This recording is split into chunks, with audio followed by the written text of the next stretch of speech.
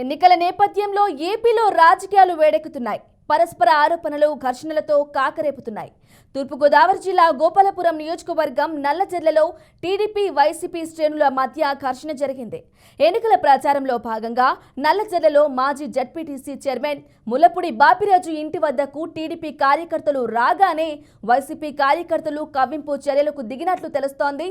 బైకులకు ఉన్న సైలెన్సర్లను పీకి భారీ శబ్దాలు చేసుకుంటూ బాపిరాజు నివాసం చుట్టూ తిరుగుతూ వైసీపీ కార్యకర్తలు నానా హంగామా చేశారు. దీంతో బాపిరాజు నివాసానికి భారీగా టీడీపీ శ్రేణులు చేరుకున్నారు.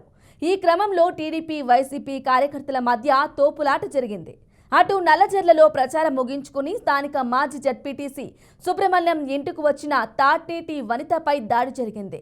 ప్రచార వాహనాన్ని, డీజే సిస్టమ్, ఫర్నిచర్ను టీడీపీ కార్యకర్తలు ధ్వంసం చేశారు. ఈ ఘర్షణలో టీడీపీ కార్యకర్తకు తలపై తీవ్ర గాయమైంది. ఇక ఈ ఘర్షణకు సంబంధించిన పూర్తి సమాచారం మా ప్రతినిధి ఏలూరు నుంచి బ్రహ్మం అందిస్తారు. బ్రహ్మం, చెప్పండి. బ్రాహ్మణి సార్వత్రిక ఎన్నికలు మరొక 4 రోజులు మిగిలి ఉండటంతో అన్ని పార్టీలు కూడా తమ యొక్క ప్రచారాన్ని ముమ్మరం చేశారు. ఇదే నేపథ్యంలో తూర్పుగోదావరి జిల్లా నల్లజర్ల మండలంలో వైసీపీ కార్యకర్తలకు, అదేవిధంగా తెలుగుదేశం పార్టీ సంబంధించిన కార్యకర్తలకు దాడి జరిగింది.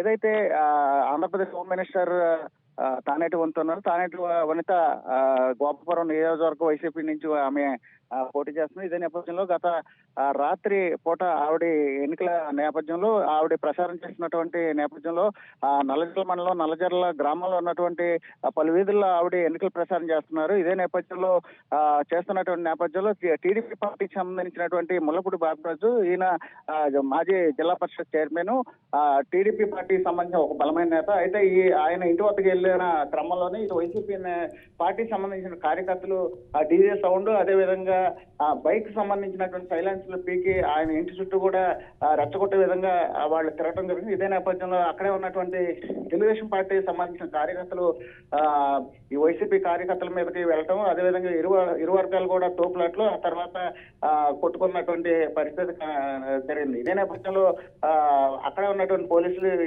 ఏదైతే ఆహారం ఉందో ఆ ఆహారాన్ని సద్దుమణిగే విధంగా చేశారు. ఆ తర్వాత ప్రచారం అయితే ఆ గ్రామంలో సాగిన పరిస్థితి ఉంది. మరో పక్కన మనం చూసుకున్నట్లయితే థ్యాంక్ యూ బ్రహ్మం.